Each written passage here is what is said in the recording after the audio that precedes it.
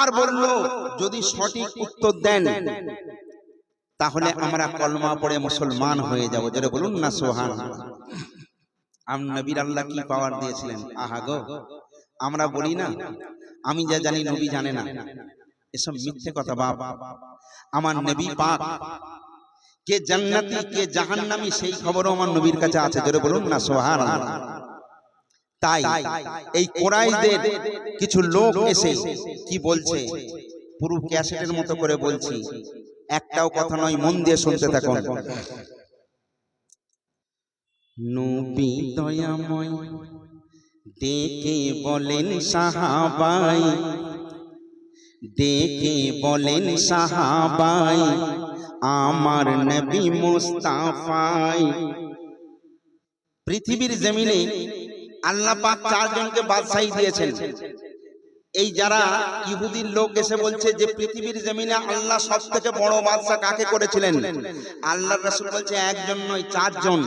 বলছে চারজন? বলল হ্যাঁ, কাফেরদের মধ্যে দুজন আর মুমিনদের মধ্যে দুজন। কাফেরদের মধ্যে দুজন হলো, একজন হলো নমরুদ আর একজন হলো বক্তে নাসার। মনে থাকবে, শয়তানদের মধ্যে দুজন, নমরুদ এবং বক্তে নাসার। আর মুমিনদের মধ্যে দুজন, একজন হলেন বাদশাহ সুলাইমান আলাইহিস সালাতু ওয়াস সালাম আর একজন হলেন বাদশাহ জুলকারনাইন। তো আল্লাহর রাসূল বলছে কার কথা শুনতে চাও? বলছে জুলকারনাইনটা আবার কে, তার কথা আমরা শুনতে চাই। তখন নবী বলছে ডেকে বলেন সাহাবাই আমার নবী মুস্তাফাই জুলকারনাইনের কথা, জুলকারনাইনের কথা আজ নাও গো শুনে সবাই। ডেকে বলেন, ডেকে বলেন সাহাবাই। তারপর দেখুন শান শৌকতে তার ভরা খ্যাতি পৃথিবী জোড়া, তার শান শৌকতে তার ভরা খ্যাতি পৃথিবী জোড়া। জ্ঞান বুদ্ধি বিবেক যোদ্ধাই ছিল সবার পিয়ারা। আর এত পাওয়ারফুল বাদশা, অত্যাচারীদের জুলুম খতম যে হইবে মালুম। ভয়ে মিশর ব্যাবিলন এশিয়া দিয়েছে ধরা। পারস্য উপসাগর কৃষ্ণ সাগর পার করে একের পর এক জয় করে গেল ইঞ্জিলি সাগরে। এই এতগুলো সাগর পার করার পর গিয়ে দেখছে যেখানে সূর্য গিয়ে নিজেকে গোপন করে। মানে বাদশা এমন জায়গায় গেছে যেখানে গিয়ে সূর্য নিজেকে গোপন করে। আবার ঘোলা কাদার তল হয়ে ফের যায় সে ঠাই লুকায়। ডেকে বলেন সাহাবাই আমার নবী মুস্তাফাই জুলকারনাইনের কথা আজ নাও গো শুনে সবাই। ডেকে বলেন সাহাবাই। এই যে জুলকারনাইন, উনি একদিন পশ্চিমে চলে গেলেন, গিয়ে দেখলেন সূর্য সেখানে অস্তমিত হচ্ছে এবং কাদা খোলা তাল হয়ে আস্তে আস্তে লুকিয়ে পড়লেন। ঠিক এইভাবে দেখছেন মাথা নিচু করে বাদশা জুলকারনাইন আল্লাহর কাছে শুকরিয়া আদায় করছে যে আজকে আমি কত দূরে চলে এলাম। ওইটা রেখে দাও, আমি কত দূরে চলে এলাম। তারপর দেখুন পশ্চিম হতে যাই ফিরে পূর্বের শেষ প্রান্তরে। পৃথিবীর কেউ যেতে পারেনি, বাদশা যাচ্ছে পশ্চিম হতে ফিরে, পশ্চিম হতে যাই ফিরে পূর্বের সেই প্রান্তরে। সে ঠাই দেখে ওই নজরে সূর্য উদয় হয় ধীরে ধীরে। এমন একটা জায়গায় পৌঁছে গেল সূর্য আস্তে আস্তে সেখানে উদয় হচ্ছে। সেখানে একটা জাতি ছিল, ওই জাতিটাকে আপনারা চেনেন, একটু পরে বলবো। সেখানে পশুদের মতো জীবন, পশুদের মতো জীবন, এক জাতি ছিল এমন, উলঙ্গ হয়ে তারা গর্তে করিত যাপন। আমরা মানুষ রাত্রে ঘুম যাই আর সকালে জেগে থাকি, কিন্তু ওই মানুষগুলো রাত্রে জেগে থাকে আর দিনের বেলা ঘুম যায়। বিরাট বড় তাদের পাওয়ার, তাদের নাকগুলো বিরাট বিরাট, কানগুলো বিরাট বিরাট, মহা প্রতাপশালী প্রতাপশালী তারা। তারা করলো কি জানেন? তারা যেখানে সেখানে মানুষকে পেলেও তার রক্ত চুষে চুষে তারা খেয়ে নিত। তাদের ঘর বাড়ি বলতে কিছু ছিল না। ভাইরে আমার, এই দুজনের কথা আগে বলি। এরা হলো কে? এদের নাম হলো বাদশা জুলকারনাইন। যখন পূর্বে শেষ প্রান্তরে চলে গেল, সমস্ত লোকজন এসে বলছেন, হুজুর হুজুর, আল্লাহ রাব্বুল আলামিন আপনাকে পৃথিবীর সব থেকে মহাপ্রতাপশালী বাদশা করে পাঠিয়েছেন। হুজুর, আজকে আপনি এই সমস্ত মানুষদের থেকে আমাদের হেফাজত করুন। রোজ রোজ আর অত্যাচার সহ্য করতে পারি না। বলছে এরা কে? বলে এরা হলো ওই সম্প্রদায়ের মানুষ, এরাই হলো ইয়াজুজ আর মাজুজ। বুঝতে পেরেছেন? এই ইয়াজুজ মাজুজ এদেরকে চেনেন? আহা, হযরতে নূহ পয়গম্বরের নাম শুনেছেন? এই নূহ পয়গম্বরের 4 সন্তান, একজনের নাম হাম, একজনের নাম সাম, আর একজনের নাম ইয়াফাস, আর একজনের নাম কেনআন। এই ইয়াফাসেরই বংশধর হলো কিন্তু এই ইয়াজুজ আর মাজুজ। বুঝতে পারলেন? এইবারে আগে বাড়ি। এই ইয়াজুজ মাজুজ প্রত্যেকটা মানুষকে ধরে ধরে তাদের উপরে অত্যাচার করত, তাদের ঘর বাড়ি ভেঙে তছনছ করে দিত। এই জন্য সমস্ত মানুষগুলো বলছে, হুজুর হুজুর, আপনি এই ইয়াজুজ মাজুজের হাত থেকে আমাদের বাঁচান। প্রয়োজনে আমরা আপনাকে সাহায্য করব, আপনাকে সহযোগিতা করব। আজকে যে মাদ্রাসা জলসা শুনতে এসেছেন, এসে আপনারা দান করছেন কেন? এটা সরকারি নয়, এটা আপনাদের দানে চলে, তাই না? এই জন্যই তো আপনারা দিচ্ছেন। তো বলছে একের বোঝা আর 10-এর যাওয়া, 10 জন যদি থাকে একটা বোঝা নিয়ে যেতে অসুবিধা হবে না। তো জুলকারনাইন সবাই তাকে জুলকারনাইনকে বলছে, আপনাকে কিছু আমরা সাহায্য করছি, যদিও আপনি পৃথিবীর বাদশা। বাদশা বলছে, আমার সাহায্যের কোনো প্রয়োজন নাই, কারণ আল্লাহ পাক এত মাল আমায় দিয়েছেন, সারা দুনিয়ার বাদশা করে পাঠিয়েছেন। আমাকে একটুখানি শ্রম দিলেই হবে, একটুখানি সময় দিলে হবে। তোমরা এক কাজ করো, আমাকে তোমরা এক কাজ করো, আমাকে কিছু সিমেন্ট এনে দাও, কিছু গালা এনে দাও। এই জুলকারনাইন কিছু গালা, শুকনো কাঠ আর কয়লা আনতে বললেন। এই শুকনো কাঠ কয়লা সংগ্রহ করো, তারপর বলছেন যা তোমাদের মজুরি হবে আমার থেকে নিয়ে নাও।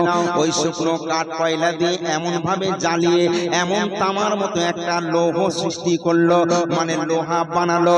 সেই লোহার মাধ্যমে এমন একটা বিরাট বড় প্রাচীর করে দিল। এই প্রাচীরটা করে দিবার পর ওই ইয়াজুজ মাজুজ আর প্রাচীরের বাইরে আসতে পারে না। এত বড় প্রাচীর, এত বড় প্রাচীর। সমস্ত লোকজন খুশি। জুলকারনাইনকে বলেন, হুজুর, আজকে আমরা নিরাপত্তা পেয়ে গেলাম। তখন এই বাদশা জুলকারনাইন বলেছিল, এমন আল্লাহ পাক আমাকে একটা প্রাচীর বানিয়ে দিয়েছেন, এই প্রাচীর কোনোদিন এরা ভাঙতে পারবে না। তবে যেদিনে এরা আল্লাহর নাম নিয়ে বিসমিল্লাহির রহমানির রহিম বলবে, সেই দিনে আল্লাহ চাইলে এই প্রাচীরটা ভেঙে খান খান করে দিতে পারে। তিনি যে করলেন কোনো বাড়াই নেই। কি বললেন? আল্লাহ চাইলে যে কোনো মুহূর্তে ভেঙে যেতে পারে। এই জুলকারনাইন একটা জায়গায় বন্দী হয়ে গেল। এই জুলকারনাইন প্রত্যেকদিন জিভ দিয়ে চেটে চেটে পাতিলটাকে সরু করে ফেলে। তারপরে চিন্তা করে এ তো এবার ঠেলে দিলেই ভেঙে যাবে। সন্ধ্যা হয়ে গেছে, রাত হয়ে গেছে, চলো ফিরে চলো। দলবল করে নিয়ে ফিরে যাবে। আবার পরের দিন এসে দেখবে যেমন খারের প্রাচীর ছিল তেমন হয়ে গেছে। এরা কোনোদিন এই প্রাচীর ভাঙতে পারবে না। কিন্তু এই শেষ সময় ইয়াজুজ মাজুজ আসার সময় হয়ে গেছে।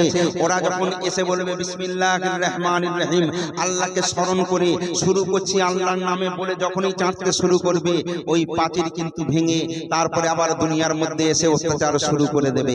বুঝতে পেরেছেন? তো যাই হোক, বাদশা জুলকারনাইন এই পাঁচির করে দেখারে স্টপ করে দিলেন। এইবারে বাদশা মানে শর্টে শর্টে আপনাদের বোঝাবো, কারণ এ তো বিরাট বড় ইতিহাস। সেই ইতিহাসটাকে আমি ছন্দের মাধ্যমে, কথার মাধ্যমে ইনশাআল্লাহ আমি বোঝাতে পারবো, চেষ্টা করব। একটু মন দিয়ে শোনেন। তারপর সারা পৃথিবীর সবাই কর করে গেছে আদায়। যেমন আমাদের দেশের যে প্রধানমন্ত্রী সব জিনিসে কর ট্যাক্স করে করে আমাদের শেষ করে দিতে, তাই না? তো বাদশা যদি থাকে সে তো কর নেবেই, খাজনা নেবে না? আপনি খাজনা দেন না সরকারকে? আমরা খাজনা দিই, ট্যাক্স দিই, সব দিই, দিতে হয় না? এই বাদশা কি করতে দেখেন, সারা পৃথিবীর সবাই কর করে গেছে আদায়, জিজ্ঞেস করে ওই সাগর কর দিয়েছে কি আমায়। বাদশা একদিন জিজ্ঞেস করছে তার প্রধানমন্ত্রী, প্রধান উজিরকে, আচ্ছা বলুন এই উজিরটা কেমন? এই উজিরটাকে চেনেন?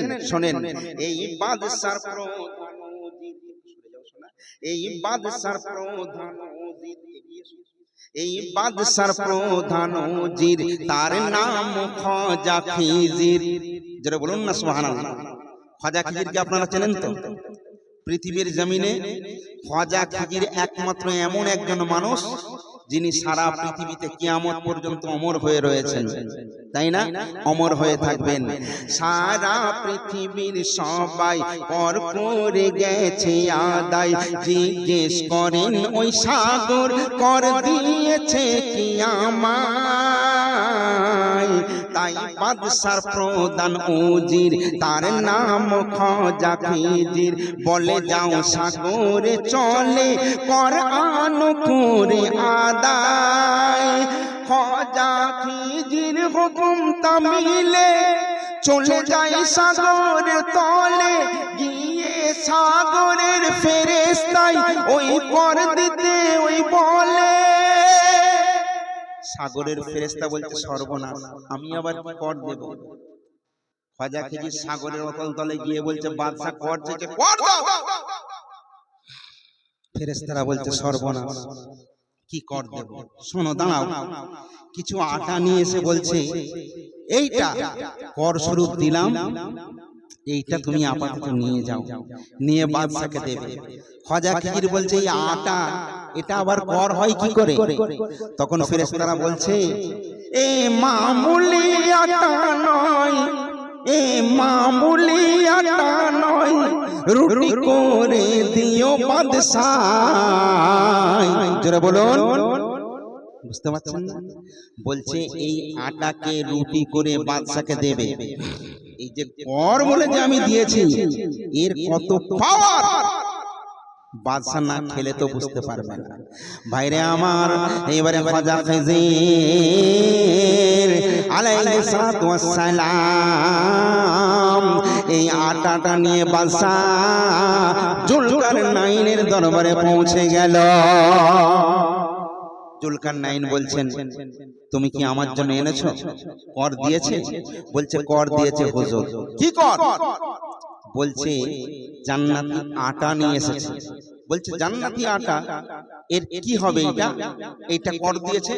বলছে এটাকে রুটি বানিয়ে আপনাকে খেতে বলেছে, ভালো করে সুন্দর করে ভেজে আপনি খাবেন। এর কি পাওয়ার, খাবার পর আপনি বুঝবেন। কোন মানুষকে খারাপ বলার আগে তার সঙ্গে মিশতে হয়, তাই না? কোন জিনিস স্বাদ না বুঝে তার বিপক্ষে মন্তব্য করা যায় না। বাদশা বলতে ঠিক আছে, আমার বাবুর্চিকে ডাকো।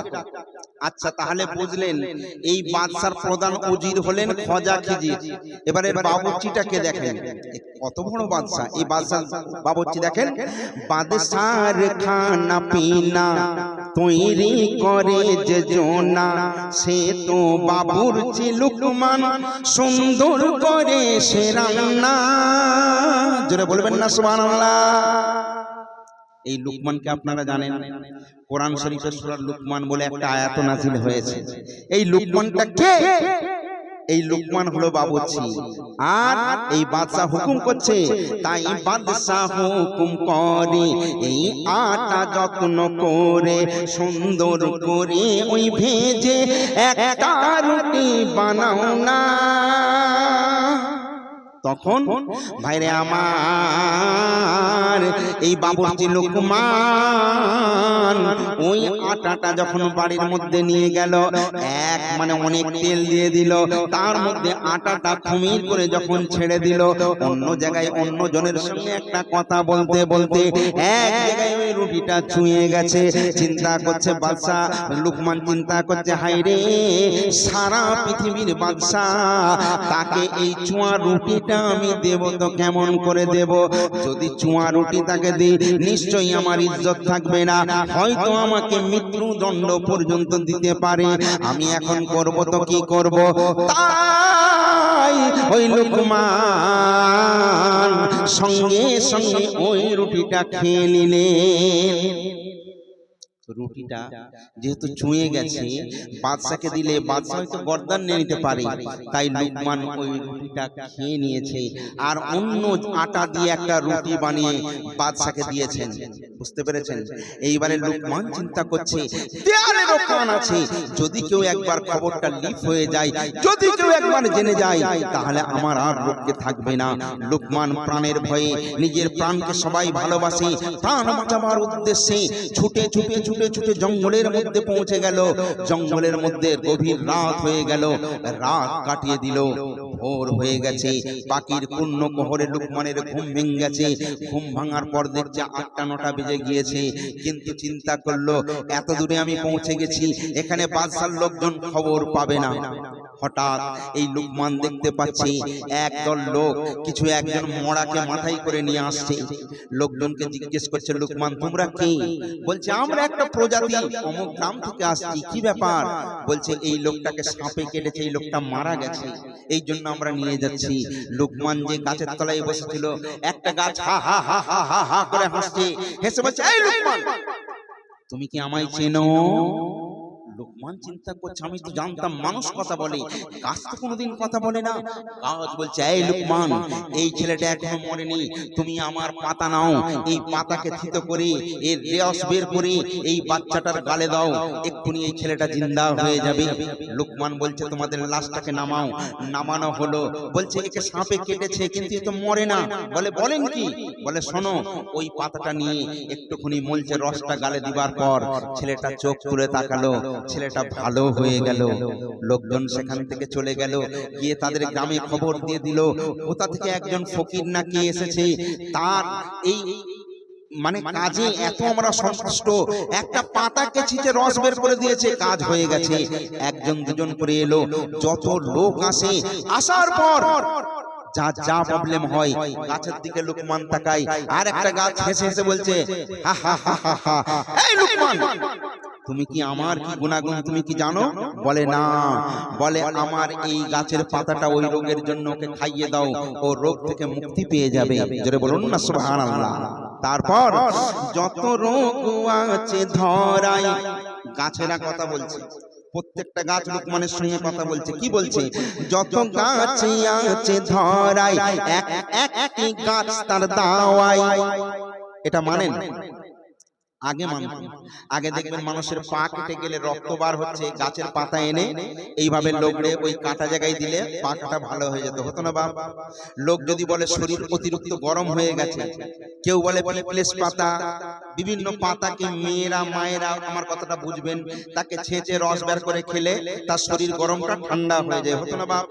এইরকম বহু গাছ গাছরা আগে চলতো না? আগে তো এত ডাক্তার রোজার কাছে কেউ যেত? কেউ যেত না। সব গাছের পাতা দিয়ে পৃথিবীতে যত গাছ আছে প্রত্যেকটা গাছের আল্লাহ গুণাগুণ দিয়ে পাঠিয়েছেন। কোন গাছ কিন্তু এমনি এমনি আল্লাহ সৃষ্টি করেননি, তাই না?